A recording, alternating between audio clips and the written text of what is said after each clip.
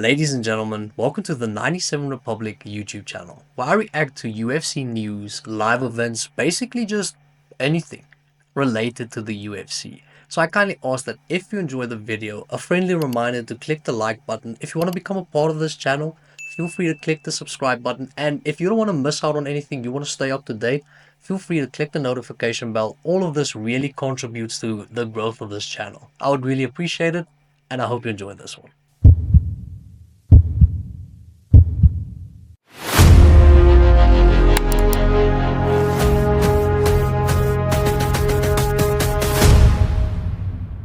Main card predictions for UFC Fight Night, Kansas City, Missouri, Ian Garry versus Carlos Prates. I need you to lock in. I need you to lock in because I'm going 6-0. You're unblemished, gonna predict everything correctly. Starting off the main card, middleweight division. Aliskerov versus Muniz. With regards to their records, Aliskerov is 2-1 inside of the UFC. Muniz is 6-2 inside of the UFC. With regards to their fighting styles, polar opposite of one another, due to the fact that Aliskerov wants to ring your bell and then wants to blast your doors off. In his knockout wins over Wally Alves, over Full Horse, was really impressive. Muniz, a grappler, submission threat, wants to get you to the ground, uses Brazilian Jiu-Jitsu, wants to submit you. In his 6 fights inside the UFC, his 6 wins rather, 3 of them have been via submission. But I'm picking Ikram to win this fight, due to the fact that Ikram is really good with regards to dictating range, has a good jab, uses his teep kicks, will be able to dictate range with regards to Muniz. And when talking about Muniz, doesn't really use his striking to set up his grappling. A lot of times he'd throw labored punches, labored kicks. I think Ikram would take advantage of that. And even in Muniz's last fight, got his opponent to the ground, went for a triangle choke, and then his opponent reversed the position and ended up ground and pounding, Muniz to win that round. I think Andre would get Ikram down. I don't think he'd be able to hold him down. And Muniz's losses against Paul Craig, this is a middleweight Paul Craig. Yeah, it's not the same light heavyweight Paul Craig that we're used to seeing. And also his loss against Brendan Allen. Now Brendan Allen it's not a bad loss, but Ikram lost to Robert Whittaker, so it's not the same level. I think Ikram is better. I think Ikram gets it done. I'm going to say second round knockout. Then moving on to the next fight, welterweight division, Randy Brown versus Nicholas Dalby. Now Randy Brown is 13-6 within the UFC, and Nicholas Dalby is 7-4, 1-1 within the UFC. When looking at Randy Brown, when looking at his skill set, with regards to his striking, a really sophisticated striker. It doesn't discriminate.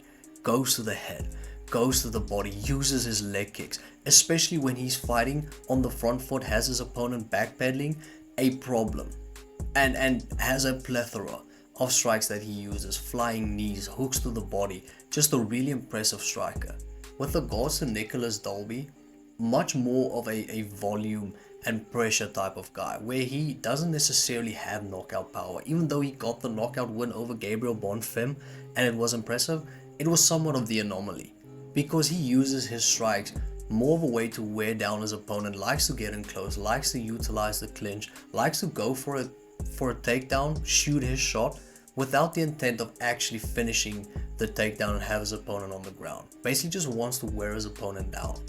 With all of that being said, I'm picking Randy Brown to win this fight. I'm picking the younger guy who's also more experienced within the UFC. And with regards to Dalby's pressure, I think Randy Brown will be able to handle it, because we've seen the complete evolution of Randy Brown, especially within the last couple of fights, where he fought Muslim Salikov, looked really good. His fight against Brian Battle, Randy Brown won that fight. Don't care what anybody says. And especially when you take into account the fact that Brian Battle was 4.5 pounds overweight, he couldn't take down Randy Brown. It wasn't intent to rhyme, but Randy Brown ended up taking down Brian Battle. These rhymes are killing me. So I don't think Dalby's pressure would be a problem. Randy Brown is comfortable fighting off the back foot. So I just see this fight going Randy Brown's way, especially in Dalby's last fight against Fakhretdinov. He got clipped when he got close because he does have his chin high. I think it might be a problem. I think Randy Brown could capitalize on that. However, I'm thinking unanimous decision. Randy Brown wins this fight. Then moving on to the next fight, middleweight division, once again, Albus Magomedov versus Michal Pereira. So Albus Magomedov is 3-2 within the UFC, and Michal Pereira, the guy that does backflips, the guy that slaps people inside of the octagon, that guy, he is 9-3 inside of the UFC. And Albus Magomedov has a bob, B-O-B, stands for a big old back. Looks like his back was built by the Egyptians, right? Just brick on brick. Do with that useless piece of information what you will. But I'm picking Albus Magomedov to win this fight, and let me clarify why. So prior to Michal Pereira's fight with Anthony Hernandez, would have probably picked Michal Pereira to win this fight because he looked really impressive.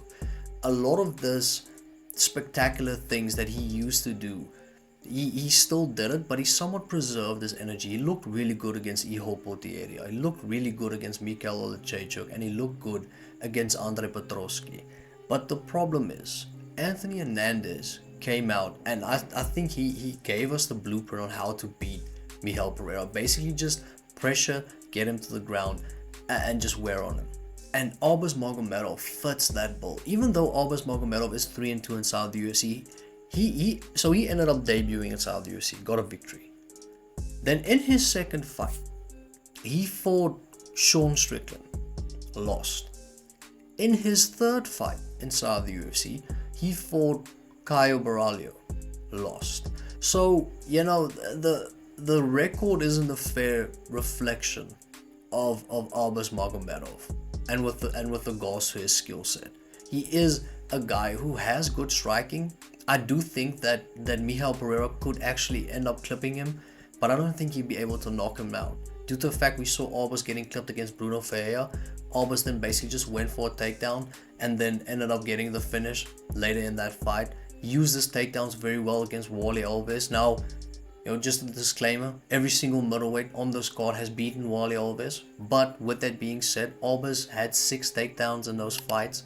In that fight against Wally Alves, really dominated him. I think Albus Magomedov wins this fight. I think he'll be able to take Michal Pereira down, and I think he will wear on him.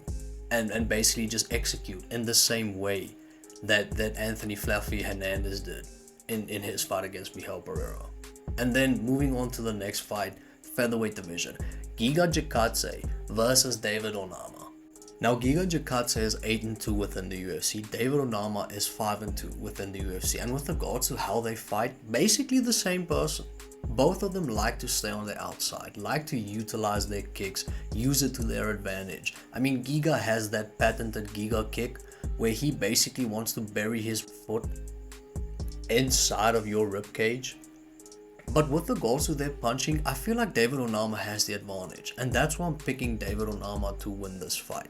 In David Onama's last fight against Roberto Romero, he got clipped in the first round. Due to the fact that Roberto just constantly moved forward, Giga won't do that. Like, Giga likes to stay at a distance, likes to circle, likes to use his kicks way more than he likes using his punches. Even though he is a good puncher, he prefers his kicks, right? Now, David Onama got clipped by Roberto Romero in the first round, but as the fight progressed, Onama looked better. And with Giga's last performance against Arnold Allen, as the fight progressed, Giga looked worse. And his fight prior to that against Alex Caceres wasn't really dominant, wasn't really spectacular, and it was somewhat lackluster to see the Giga Chikadze that we once, became accustomed to, and see him fight Alex Caceres in that way. It just felt underwhelming. I genuinely feel like David Onama will be able to, as the fight progresses, in the second or third round, really put a beating on Giga Chikadze, especially when David Onama enters that void, enters the pocket. He'll be way more comfortable than Giga Chikadze, and he has knockout power. And in his fight against Gabriel Santos, in his fight against Gabriel Benitez, was really, really good. A striker with a lot of knockout power. Now Giga also has a lot of knockout power, but with regards to David Onama and his defense, he really has a good guard and does switch a lot. So I think he'd be able to minimize the damage that he takes from Giga Chikadze. I think he'd be able to put pressure on Giga. I think he wins via unanimous decision. Then co-main event, Anthony Smith versus Zhang Mingyang. Now if we look at records, so Anthony Smith has had all of the fights within the UFC. 13 wins, 11 losses, 24 fights within the UFC. That is an ungodly amount.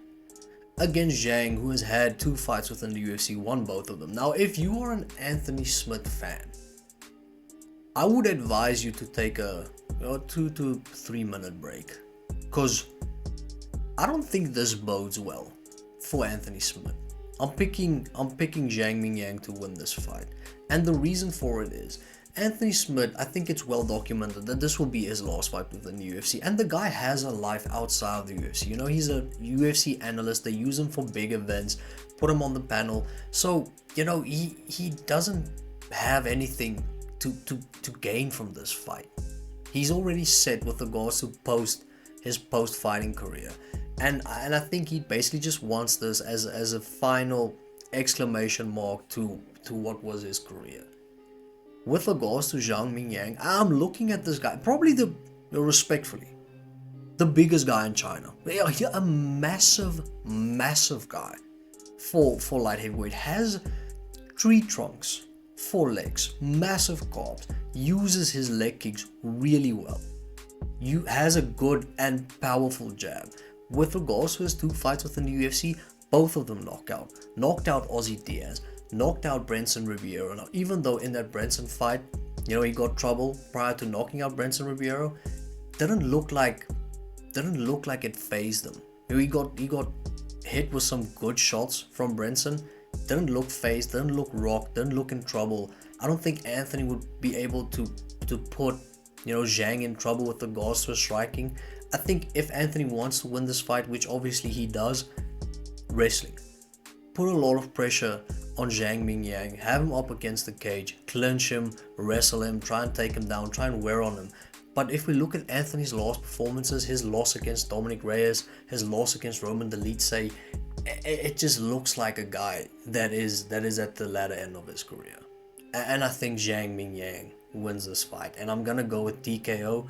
I think he clips Anthony goes to the ground, we see ground and pound, and you know, Anthony Smith goes out on his shield in his last fight.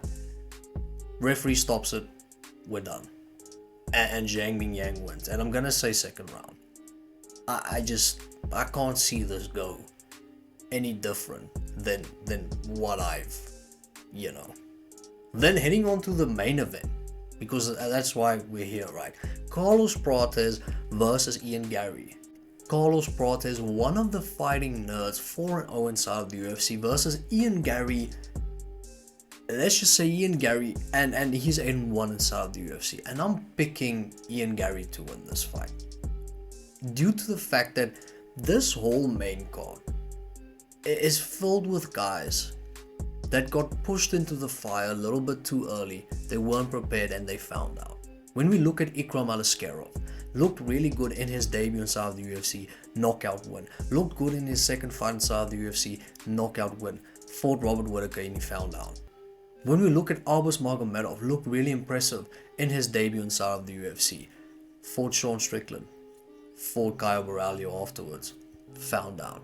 And I think the same applies. Even though I think Carlos Prates is insane, I think he's dangerous. He has knockout power. Knocked out the Leech in what was the Leech's first ever knockout loss within the UFC.